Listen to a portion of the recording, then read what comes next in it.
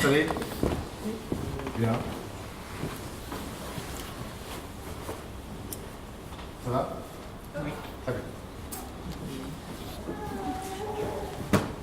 Alors, moi, c'est Monsieur Francis. Ben, j'ai 44 ans et je suis célibataire. Pour l'instant.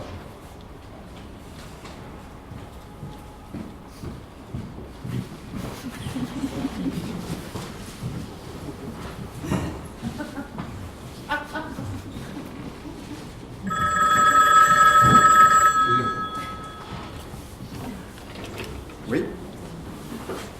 Non, je n'ai pas besoin de cuisine. Non, ma femme non plus. Enfin, je n'ai pas de femme. Pour l'instant.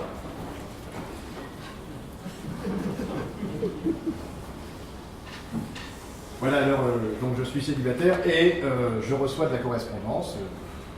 On envoie, les femmes et les hommes m'envoient depuis quelques années. Et donc je suis très heureux de vous accueillir pour vous en faire lecture. Voilà.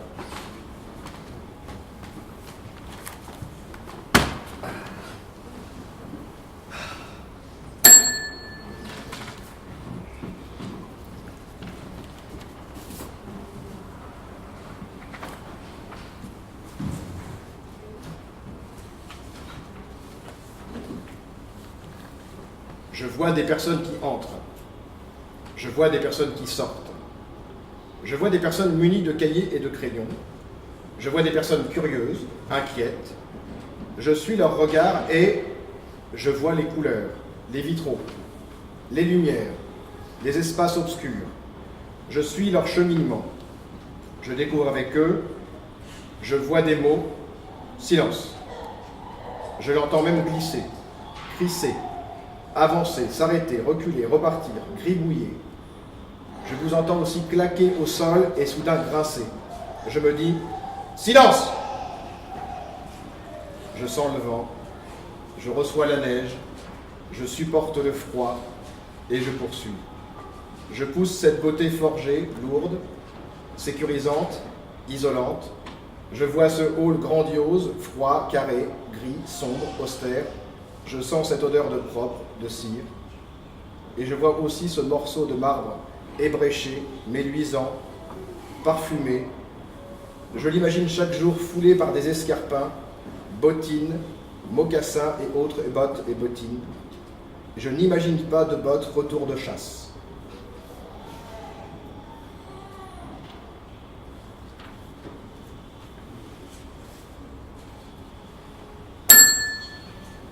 Tu fais face au hasard des bruits incertains.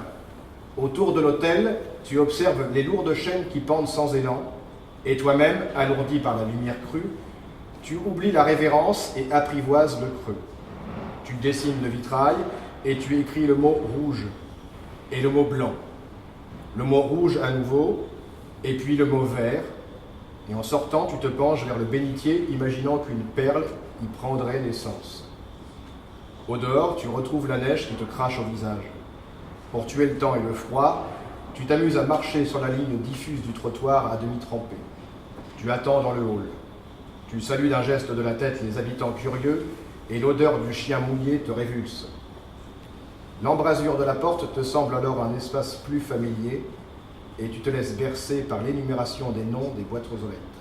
Cotin, Duclos, Demeaux, Alaoui, Frémont, Vigneux, Mouchet, Vivertas-Berrier, Coquillard, Le Sueur, Vaillant, Saïdi, Loiseau.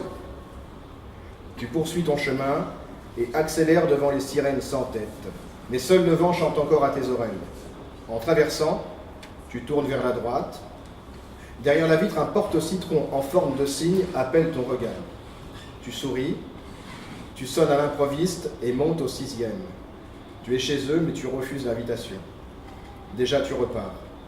Au passage protégé, tu ralentis le pas et butes sur une pomme à moitié croquée. Elle file vers le caniveau. De nouveau, tu fais face au hasard des bruits incertains. Tu poursuis suivant la ligne droite tracée par la route. Mathilde. Tu es où, Mathilde? Ah, tu es là. Ça va bien? D'accord. Qu'est-ce que c'est que le rouge, le blanc et le vert que tu voulais écrire en ta lettre? Ce sont les couleurs des vitraux. D'accord. Tu peux nous expliquer un petit peu la symbolique? Il n'y en a pas. Non, on s'en Je fout. la connais pas en fait, Non. je connais pas le. Je plaisante, suffisamment, on s'en fout totalement. Voilà. Alors.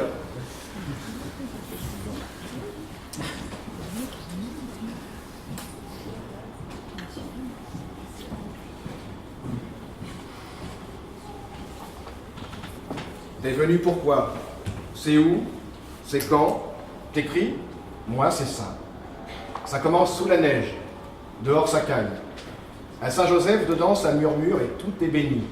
Mais ça ne sent pas un peu le vieux Jésus, là? Pas le temps de confesser tout ça, tu l'emportes sur la route. Dehors, ça caille et ça glousse. Et tu glousses. Arrêt klaxonne, alarme dans l'entrée de l'immeuble Perret, rue Bernardin de Saint-Pierre. Dedans, ça use, ça fuse, des notes à tout va. Assis, debout, couché sur le papier, mais ça va, ça va. C'est je, tu, il, nous, vous, il au pluriel, on squatte le hall. Ça fait peur aux bourgeois. C'est quoi ça? C'est quoi ça? Ah ça agite la queue après la promenade. C'est quoi ça? Ça, c'est un caniche géant abricot. Je ne m'attendais pas à ça. Dehors, tu sors. Dehors, l'abricot, ça envoie du lourd. Ça se voit dans les vitrines à la mode. Moi, je veux ça. Mais ça drache, ça vante, ça promet une belle caillante jusqu'au Muma. Aux abords du volcan, pourtant, une porte à escalier est plus qu'entrebâillée. Quel est son secret? Tu n'as plus qu'à escalader. Au 6e étage, Sœur Anne, ne vois-tu rien venir? Ah, oh, c'est beau, c'est haut. Quand c'est cosy, ça incite. Alors, combien de tes canapés faut-il pour psychanalyser tout ça? Dans la chambre d'enfant, le I.O. fait penser à celui de la chambre de Van Gogh. Vincent, c'est ça? C'est quoi ça? Une oreille? Ça tranche. Oh, pas le temps et ça repart. La ville, ça marche. Tu sais, en bavardant, ça paraît plus court. Et puis, tout ça, ça donne faim. Archi faim. Ah, et qu'est-ce que tu penses de ça? Dedans, dehors, c'est sorti comme ça. Virginie.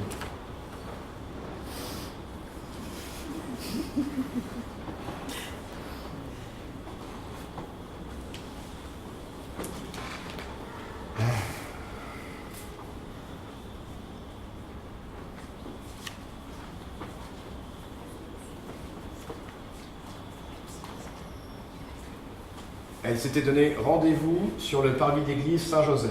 Il pleuvait. Une pluie avraise, fine et pénétrante.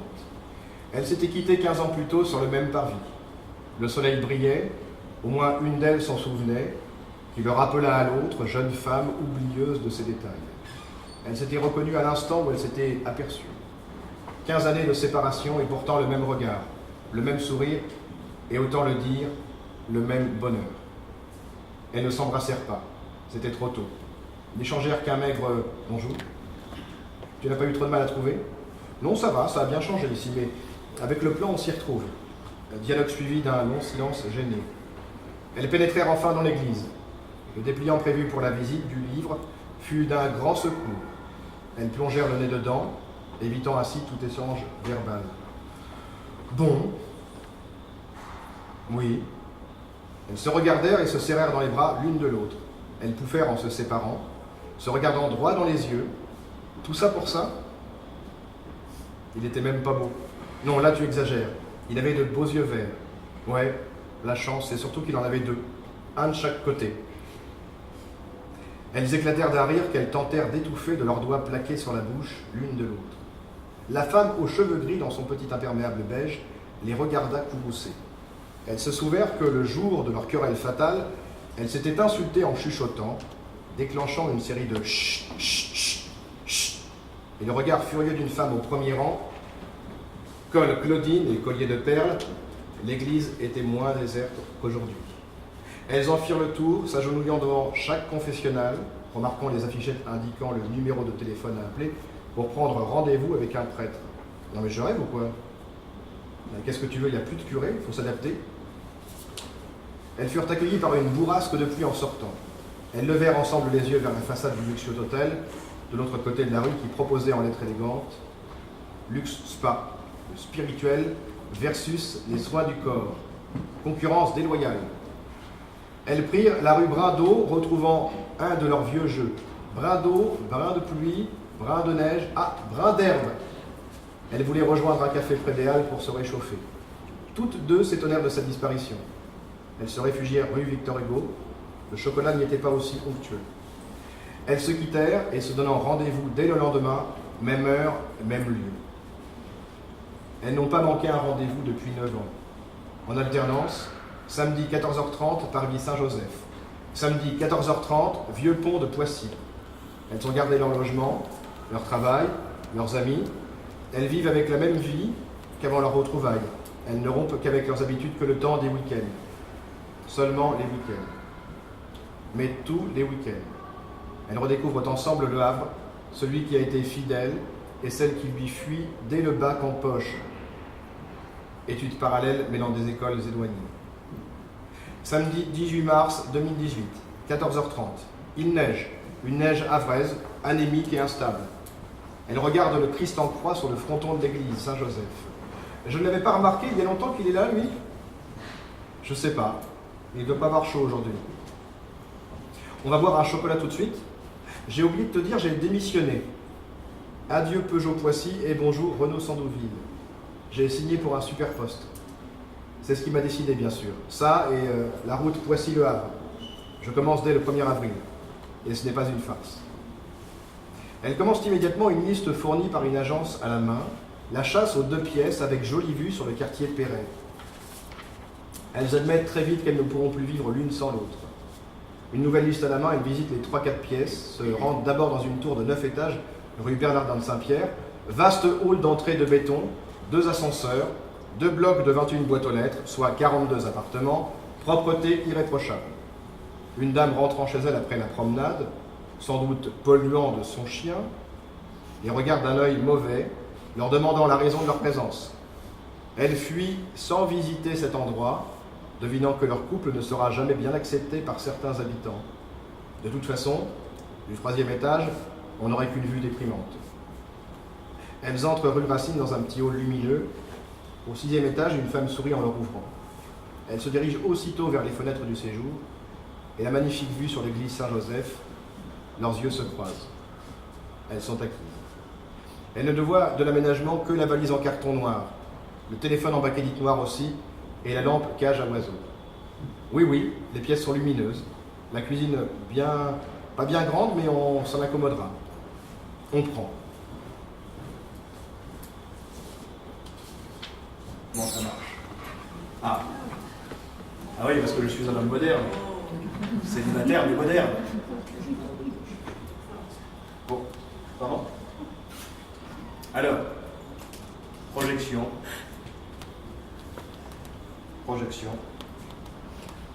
Ah oui, c'est ça. Projection. Alors voilà. Là, c'est le début de la... Je vais me mettre au milieu de vous, peut-être, je sais pas. Là, c'est le début, en fait. Hein, vous voyez, la joie de vivre. Personnalisée. Hein. Voilà, toutes les deux, là, elles sont à fond.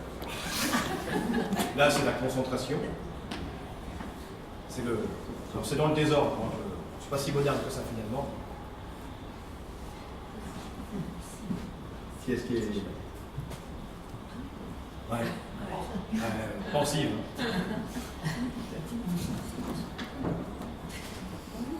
Ils sont appliqués quand même. Bon là, on est en train de se dire qu'il pleut quand même. Et il neige. Là, nous sommes dans le hall avec le gros chien puant. Et elle se demande ce qu'elle fout là. Voilà, là, c'est Stéphane qui se gratte la tête en disant qu'est-ce que je vais faire avec eux. C'est ça. Elle est contente d'être rentrée à l'abri. Là, nous sommes dans le hall. Bon, là, ne prend pas tellement l'intérêt de cette visite. Voilà. C'est peut-être en relation avec le chien poulant. Je ne sais pas. Là, il pleut encore. Allez, là, c'est Virginie qui pose dans l'ascenseur. Là, il pleut encore. Il neige, pardon. Là, nous arrivons dans l'immeuble Perret. Là, c'est encore Virginie. Ah, il pleut encore. Ah, je suis arrivé au bout. Non, j'en ai raté. Oh. Attendez, parce que j'ai des photos de vous, mamie.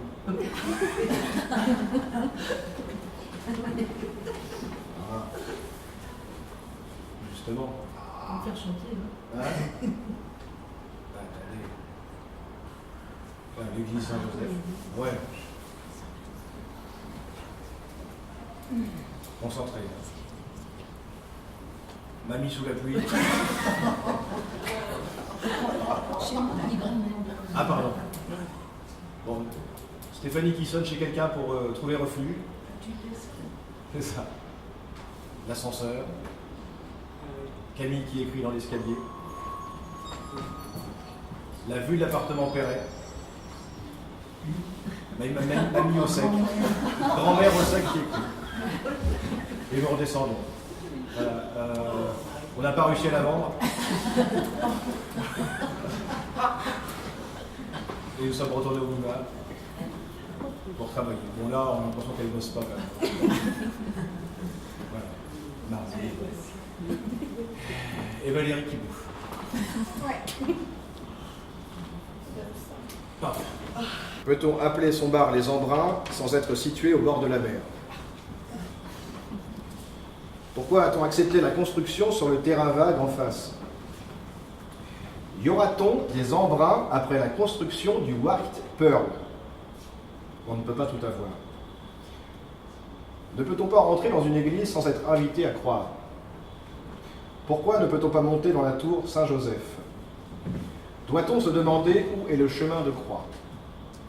On ne peut pas tout avoir. Peut-on investir un hall d'immeuble sans y être invité par ses habitants? Doit-on apposer un clair et concis « Stop pub » sur sa boîte aux lettres pour n'y découvrir que des lettres? Doit-on savoir qui est Auguste Perret pour apprécier l'esthétisme et le modernisme de ses appartements? On ne peut pas tout avoir. Peut-on déambuler dans une ville sans connaître son histoire?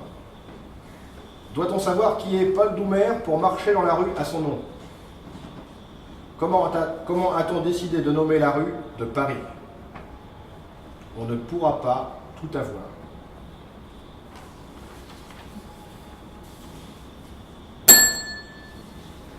À elle, si souvent rencontrée dans les rues de la ville, sur les bancs publics, à qui je n'ai jamais osé parler. Elle neige. Elle neige délicatement, c'est juste un début. Rue des Sauveteurs, elle a posé son barda sur le trottoir. Elle ouvre les bras, lève le visage sur un ciel livide qui n'offre rien, et elle neige. Les petits flocons sans beaucoup d'ambition qui pleuvent en silence de ses doigts nus, qu'elle secoue avec ses cheveux, échappés d'un foulard bien trop léger pour cette irruption de l'hiver au milieu de mars. Elle neige par ses yeux pâles qui ne cillent pas, par sa bouche bleuie trahie par le froid, par ses joues hautes de vieille femme. Elle neige par le cœur. Rue des Sauveteurs, et personne à l'horizon. Il faut reprendre les sacs, 2 grands sacs Tati à rayures gonflées d'on ne sait quoi. Elle marche. Elle marche beaucoup. Heureusement qu'elle a ses vieilles bottes fourrées et ce manteau qu'on peut boutonner jusqu'au cou. La neige est étourdie et oublie de fondre sur ses vêtements. Elle sourit toujours. La ville n'a plus de couleur. Le blanc en voltige les gomme au passage, rendant le gris encore plus gris. Seul, au bout de la rue de Paris, l'arche de conteneur résiste dans son rouge, de son jaune, de son bleu, insolite orpheline. Derrière, les grues du port, des travaux qui bouffent les trottoirs et l'empêchent de s'approcher de l'eau. Elle aime regarder les bateaux, les ferries pour l'Angleterre. Parfois un de ces navires de croisière qui ressemblent à des immeubles et qui s'imposent de toute leur insolence. Elle aime regarder tous les bateaux, elle qui ne part pas. Dans cette rue, dans certaines rues, le vent attaque. Sur les bancs, ce n'est plus possible. Elle prend refuge. L'église Saint-Joseph n'est pas chauffée. Dommage. Certains soirs d'été, elle aime s'asseoir ici et jouer des yeux avec le reflet des vitraux sur les piliers en béton. Aujourd'hui, les couleurs chaudes sont froides. Le bénitier, énorme coquille d'huître dentelée, la morte au passage. Elle s'éloigne instinctivement de l'ombre portée par le confessionnal. Se confesser, ce n'est pas son fort. Aujourd'hui, c'est trop grand, trop imposant, trop vide. Une affiche à l'entrée, notre palace de 11 mètres carrés. Qui croit encore que les démunis ont la belle vie?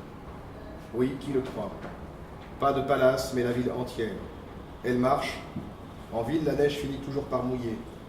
Rue Bernardin de Saint-Pierre, elle regarde les vitrines de ses agences immobilières, les photos, les prix, elle n'en pense rien. Parfois, elle profite qu'une personne entre quelque part pour lui emboîter le pas.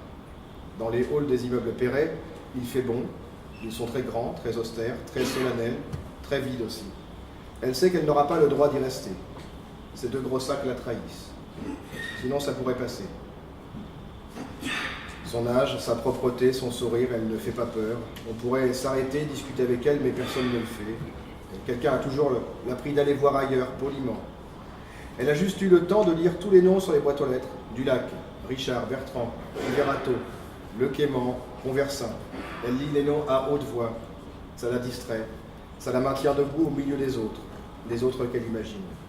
Et puis elle sort, parce qu'il faut bien. Elle s'inquiète quand même. Et puis cette distance qu'elle oppose quand même malgré tout, on l'aborde, cette douceur, ce refus d'être approché de trop près. Je vais bien, merci, ne vous en faites pas pour moi. Elle marche, elle neige. Il fait si blanc que la nuit en sera retardée. Elle cherche un peu de répit à la sévérité du vent. Une cour, îlot V41, un carré resserré entre 4 façades. Des grilles sur la rue. Risque-t-elle de s'y enfermer? Cela manque d'horizon. Il faut lever la tête pour voir un peu de ciel. Soudain, il y a cet arbre noir, frêle, une nudité gracile dessinée par l'hiver, et presque invisible sous le voile de neige. Quelques fleurs roses qui se hasardent. Si fragile encore qu'elle a envie d'en prendre soin. Elle les regarde, elle prend ce temps. Puis elle repart, passe près des halles, contourne le volcan, si blanc sous la neige blanche. Il impressionne. Un excès de lumière dans la grisaille du jour. Elle marche rue de Paris, sous les arcades sombres.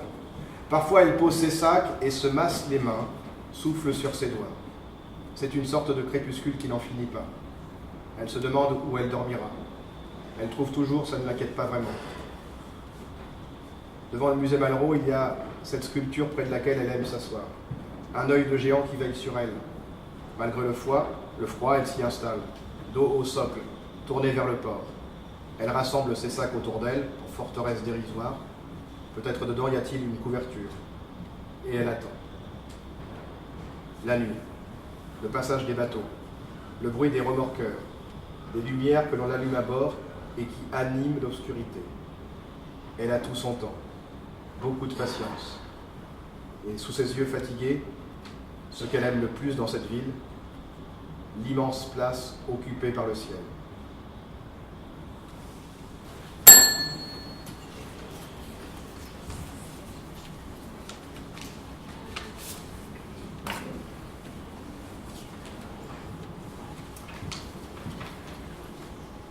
Vous déambulez le long des arcades d'une rue passante. Les premiers flocons virevoltent autour de vous et vous décidez de fermer votre manteau. Le vent se lève, accentué par les effets de couloir entre les bâtiments. La froideur vous semble renforcée par les teintes grises du béton sous la lumière froide du ciel hivernal. Le climat vous semble tardif pour un mois de mars. Le gris tranche étrangement avec la débauche de couleurs chaudes des affiches des agences de voyage ou simplement des fruits de l'étalage devant lequel vous venez de passer, toutes alignées sous cette forme d'immense préau. Vous regagnez ensuite les arcades du bloc suivant et réajustez ce bonnet qui vous démange le front. Vous passez devant un bar d'où se dégage une forte odeur de café et de bruit de discussion, et vous préférez ne pas vous attarder plus longtemps et ainsi regagner plus vite votre appartement, car vous avez le sentiment que de plus fortes bourrasques sont à venir. Vous atteignez la place Oscar Niemeyer, dont l'énorme masse vaguement blanche et cylindrique se détache à peine du ciel, de plus en plus trouble, dont même un macle de calcite viking n'aiderait sans doute pas à trouver où se cache le soleil. Et vous dirigez par-delà les grands immeubles réguliers et leurs colonnes à base presque octogonale pour traverser au passage piéton face à vous. Vous passez entre les platanes dégarnis, longeant les voûtes courbées des halles du marché, et décidez de vous arrêter devant cette boulangerie où s'échappent des effluves des viennoiseries sorties du four. Vous décidez d'entrer dans la boulangerie et d'acheter 2 croissants, car vous vous dites qu'un café chaud vous fera sûrement un grand bien. Vous tentez de mettre le sachet de viennoiserie trop grand dans votre poche. et vous décidez en pressant le pas de le protéger par un repli de votre manteau. D'un pas pressé, vous parvenez aux abords de l'église Saint-Joseph. Vous décidez, en vous abritant sous le porche un instant, sa lourde porte de bois, de secouer votre bonnet trempé de grésile fondue. Sa forme de fusée géométrique, engourdie sur son pas de tir, a beau s'élever bien au-dessus de vous, pas une ombre ne s'en détache, et vous apercevez vaguement quelques étincelles de couleur balayées par les bourrasques de flocons. Cette forme vous fait curieusement repenser à cette ancienne navette spatiale soviétique, portant par ailleurs un nom signifiant littéralement « blizzard », que vous avez probablement dû voir un jour au détour d'un documentaire sur Internet. Cette pensée vous esquisse un léger sourire, alors que vous attendez au passage piéton de pouvoir traverser l'avenue coupée de verdure qui vous sépare encore du quartier où vous habitez. Au loin, vous entendez déjà les cris lointains des mouettes revenues à terre et les claquements des drisses sur les mâts des voiliers amarrés sur les pontons. Vous arrivez alors devant votre immeuble de résidence, un bâtiment perret comme beaucoup d'autres ici, et franchissez la lourde porte charpentée de métal noir, après avoir présenté le mot de passe du syndicat sur le clavier. Vous croisez quelques inconnus sur le palier et pensez que ce ne sont des invités d'un voisin pour vous rasséréner. Après avoir vidé votre boîte aux lettres de son gros paquet de publicités et de factures en tout genre, vous vous dirigez vers l'ascenseur. Mais vous ne le voyez pas derrière le hublot opaque, et trop impatient d'attendre qu'il redescende, vous décidez plutôt de vous engager vers l'escalier et ses marches toujours trop glissantes. Une fois sur le palier, vous posez lourdement votre sac devant la porte et passez quelques secondes à tenter de retrouver dans quelle poche vous avez bien pu encore mettre vos clés.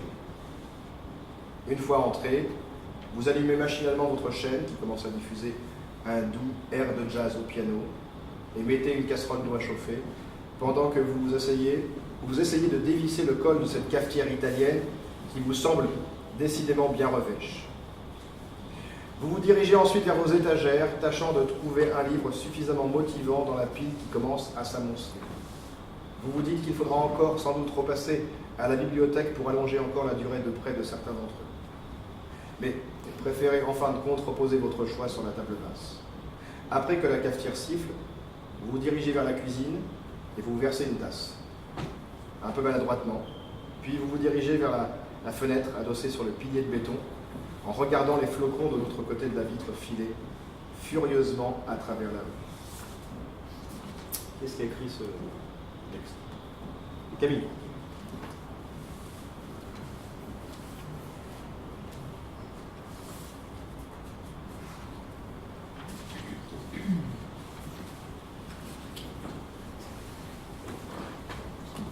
Voilà, je m'appelle Francis, je suis célibataire. J'ai 44 ans. Vous êtes Virginie? Vous êtes célibataire, Virginie? Pour l'instant. Ah d'accord. J'ai un cadeau pour vous. Certes, en fait, vous n'êtes obligé de rien, mais disons que... disons qu'elle est là. Moi, je crois que c'était vidéoprojecteur en cadeau. Non. Voilà, c'est juste au cas où. Voilà, sachez que... je vais vous la confier d'ailleurs si jamais. On va toujours la passer tout à l'heure. Ils ont osé allumer leur bougie. Celle avec un petit saint dessiné dessus, rassurés par la petite pancarte un peu autoritaire qu'ils ont eue. Consigne, ne pas éteindre les neuvaines le soir. C'est rassurant ça. C'est rassurant un peu de savoir que leur bougie se consumera jusqu'au bout. Du coup, ils se sont demandé si une neuvaine dure 9 nuits. L'idée leur plaît bien. Quitte à dépenser 8 €, autant en avoir une pour son argent. Ils imaginent la flamme de leur neuvaine vacillante, seule dans la grande pénombre de la nuit, et leurs anciennes peurs d'enfants s'apaisent. Comme quand, petits, ils descendaient à la cave aux briques brutes, sans fioriture, sans décor, et qu'ils voyaient ce gros bouton blanc, électricité. Le bouton salvateur qui ferait reculer la pénombre dans les recoins de l'escalier. Un gros bouton qui les rassurait quand ils s'enfonçaient dans le bruit et la fureur dans les entrailles de l'immeuble. Un gros bouton qui apportait la lumière, mais affublé d'une petite pancarte, consigne, ne pas oublier d'éteindre la lumière en sortant. Ça les fait sourire, ce souvenir de bouton électrique.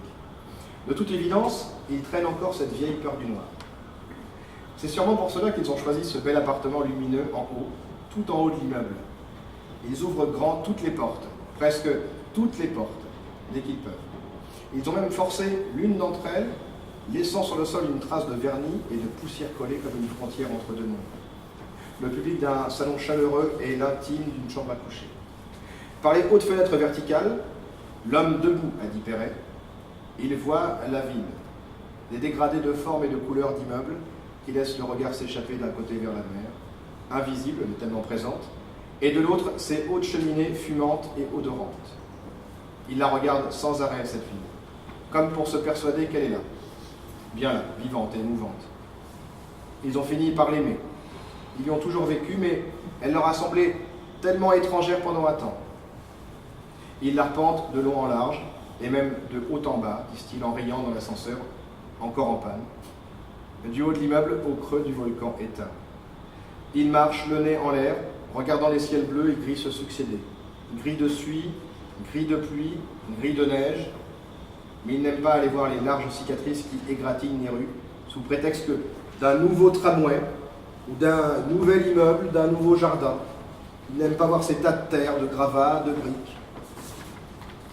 Ils les ont trop vus, ces étendues de gravats sans vie figées sous la neige. Maintenant, ils veulent voir du monde, et les recevoir, occuper avec eux tout l'espace, déambuler dans les rues, les couloirs, les halls. Ils veulent voir du monde, plein. Ils ont soupé de leur solitude et de l'isolement. Maintenant, dans la ville nouvelle, ils veulent croire en ce qu'ils veulent. Ils veulent de la lumière, de l'espace, vivre au milieu des autres. Ils veulent oublier leurs 10 ans, leur enfance scandée de peur passée au rythme des sirènes, à descendre seuls dans des caves où le gros bouton blanc, électricité, ne fonctionnait jamais. Consigne, toutes les lumières doivent être éteintes à 20 heures. Tu peux la mettre, hein ça se... Parce que je pense que tout le monde a envie.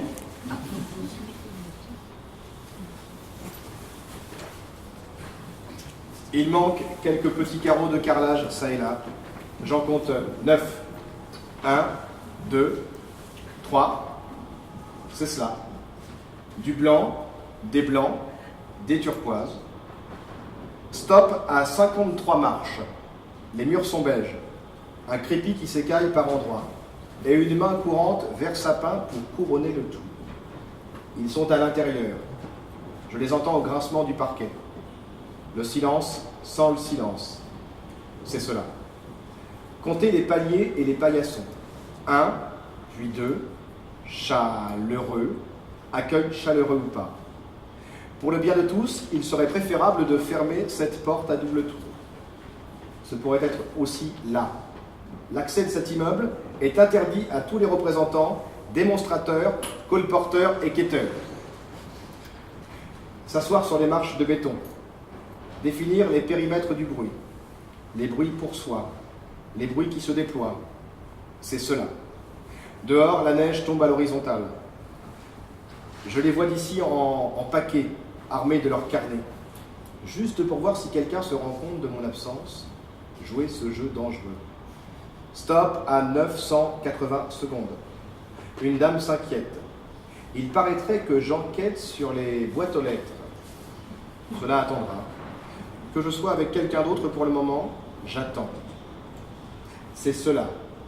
Mettre le nez dehors. Le passage Racine perce les lettres. La lumière des néons se fond jusqu'à la disparition du matériau. J'aurais faim que ça ne m'étonnerait pas. Mes lacets sont défaits. Pousser la porte d'une église. Ce lumignon comme une invitation à entrer. Avoir envie de piquer un cierge et se retenir. C'est cela. Pour laisser la flamme diffuser sa chaleur.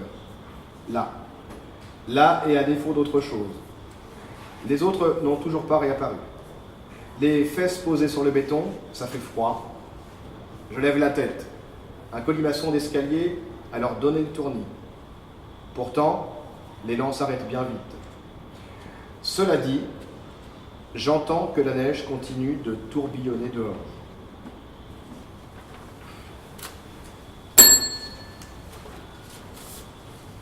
Qu'est-ce qui se rappelle du petit vélo rouge? Oui. Oui. Et alors?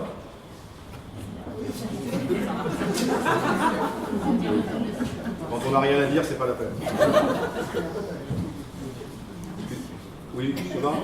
Je vous dérange pas?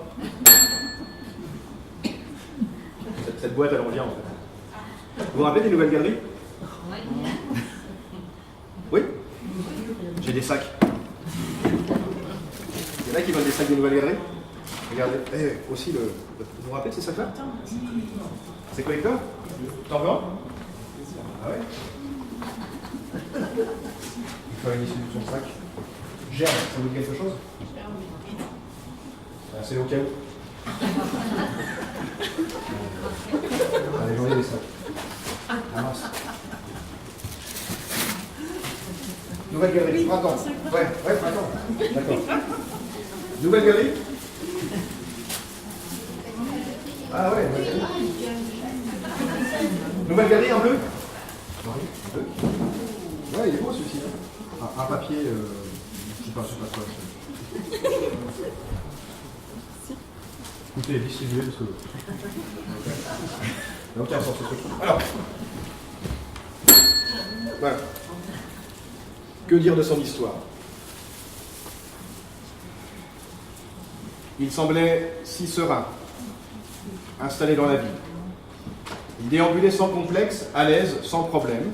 Un métier, une famille, un logement spacieux, une ligne horizontale en guise d'expérience.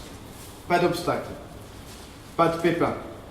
Un horizon ouvert, une vue élargie, pas de rétrécissement. A-t-il senti le vide, le néant, besoin d'une rencontre, faille dans le profond?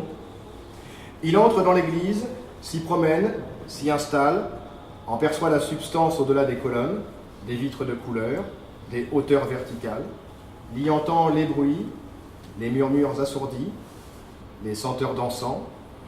Il ressort de l'église, passe un sens interdit, clinique François Ier, ce n'est pas pour lui, continue son parcours, sa déambulation. Deux arbres se rencontrent, deux cèdres du Liban. La neige le poursuit, il fait froid, c'est le vent. Il pense à la soirée de la veille. Il pense à la soirée de la veille chez sa sœur. Un vrai appartement de design arrangé. Le passé le rattrape, l'habite, le surprend. Il s'y laisse bercer un moment. Nostalgie. Il pense au radiateur si lourd, si alangui. Il pense à la chaleur. Il veut la retrouver. Il arrive chez lui, pousse la porte du hall, froid, glacial, sans âme. Heureusement, un voisin a laissé un paquet dans l'entrée de couleur orangée. Il faut lui rapporter. C'est une loi de monter une petite anecdote dans un coin de la journée. C'est l'instant poésie. C'est la bille qui roule, le rire et le sourire. La musique et le son. L'instant T qui éclaire, rend les choses plus drôles, plus importantes aussi. C'est comme dans les vitrines de la rue de Paris. L'enfance qui revient en voyant les peluches ou les pelotes de laine des petites merceries. Il lui manque quelque chose peut-être. Peut-être le petit, le cosy, le bonbon, la toupie. Il sourit. Il reprend l'ascenseur et il embrasse sa femme. Qu'est-ce qu'il a écrit? Oui, lui il a une femme. Nous laissons des traces sonores, visuelles, olfactives, et qui d'autre que nous. Nous laissons donc des traces comme autant de souvenirs qu'on traîne, autant de déchets dont on se débarrasse. Sans nous, il n'y aurait que le silence et le vide. Et notre truc à nous, c'est de prouver que nous sommes là. Dehors ou dedans, nous sommes là. Dehors, on ne voit que nous. Ces mégots sont à nous. Ces chewing-gums sont à nous. Lorsque nous marchons, rien d'autre n'existe. Rien d'autre que nous. Nous traçons nos désirs de nos pas d'une trajectoire urgente et gourmande. Dans cette ville, on ne voit que nous. Nous l'avons voulu à notre image, avec des hauts et des bas, des pleins et des vides, et nous tournons autour du pot, et parfois le vent nous glace et la pluie nous frappe. Alors nous cherchons l'abri. Nous avançons à tâtons s'il le faut, laissant sur les murs les traces noires de nos mains, et nous poussons la porte de cet immeuble. Il fait beau. Nous nous y sentons étrangers. Nous ne ferons que nous y attendre, sans se douter que bientôt, au milieu de ces 40 boîtes aux lettres, figureront nos noms à nous. Avant d'en partir, nous y laisserons des nouvelles traces, parmi tant d'autres, parmi les tracts commerciaux et les habits de passage. Plus loin, plus tard, nous entrerons dans l'église. Cette église, c'est notre oui à nous, lancé vers les cieux. Cet espace clos, sombre, nous nous l'approprions comme les autres avant nous. Le mouchoir en papier collé au sol était là avant nous. La bouteille d'eau, arrogante, réfugiée dans le confessionnal, sera là après nous. Il y a parmi nous ce silence qui brise à peine les sons du dehors. Nous dessinons des cercles d'une lente danse. L'obscurité nous envahit et nous nous éclipsons comme une excuse. Nous ne faisons que passer. Direction. Déclarons-nous la maison, ce vaste et angoissant appartement où tout est à nous. La moindre trace est de nous. Ces murs que nous avons peints, ces petits dessins que nous avons griffonnés, ces traces de chiffon au milieu de la poussière. Notre nom à nous est sur la sonnette. Même le sol grince derrière nous. Ici, nous sommes invincibles. Nous nous aimons. Rien ne nous arrêtera désormais. Le monde nous appartient et ses traces, nul ne nous les enlèvera.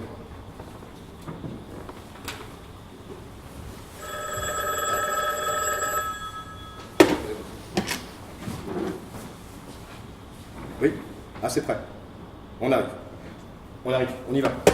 On se lève, on va...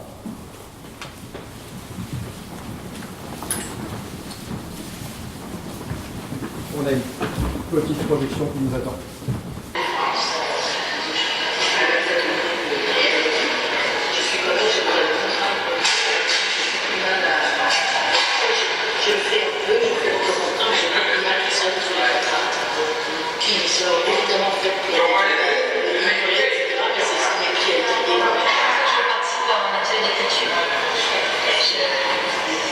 Je suis correspondante de presse depuis longtemps maintenant et j'ai toujours l'habitude d'écrire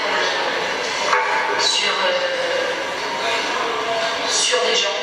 C'est une écriture assez cadrée et ça me plaît d'écrire sur les gens, de décrire ce qu'ils font et d'arriver à un but d'information. Je suis pas du tout dans la politique. J'aime les mots en fait, parce qu'on peut leur faire dire vraiment ce que l'on veut. Dans une famille, c'était l'orage, prédominait, il n'y avait pas de bouquin à la maison, rien. J'ai découvert la lecture et l'écriture en apprenant au collège. Ça renforce vraiment à faire les yeux, l'esprit, les oreilles. Et puis depuis, j'ai jamais arrêté d'écrire. En fait, j'écris surtout de la fiction, j'ai fait quelques articles qui sont parus dans des revues alternatives. J'aime ma vie et j'aime ce qui ressemble et l'attachement. J'ai pas mis de mots dessus, mais en tout cas, c'est très pour nous personnel.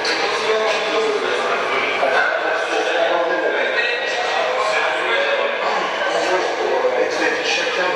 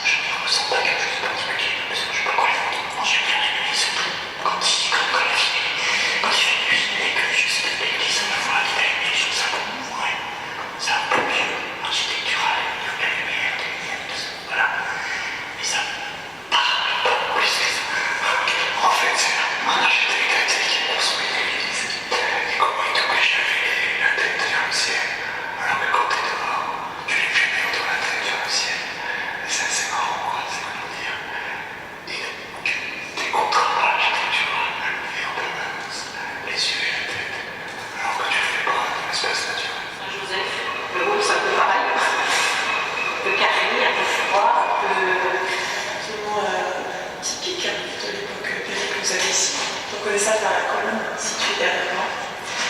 Colonne en béton, avec de multiples façades, béton brut, très joli dans ses nuances bleues.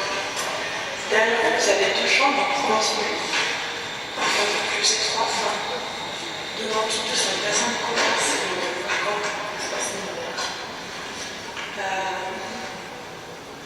Les ouvertures, la couleur des ouvertures permet à l'appartement d'être complètement traversé.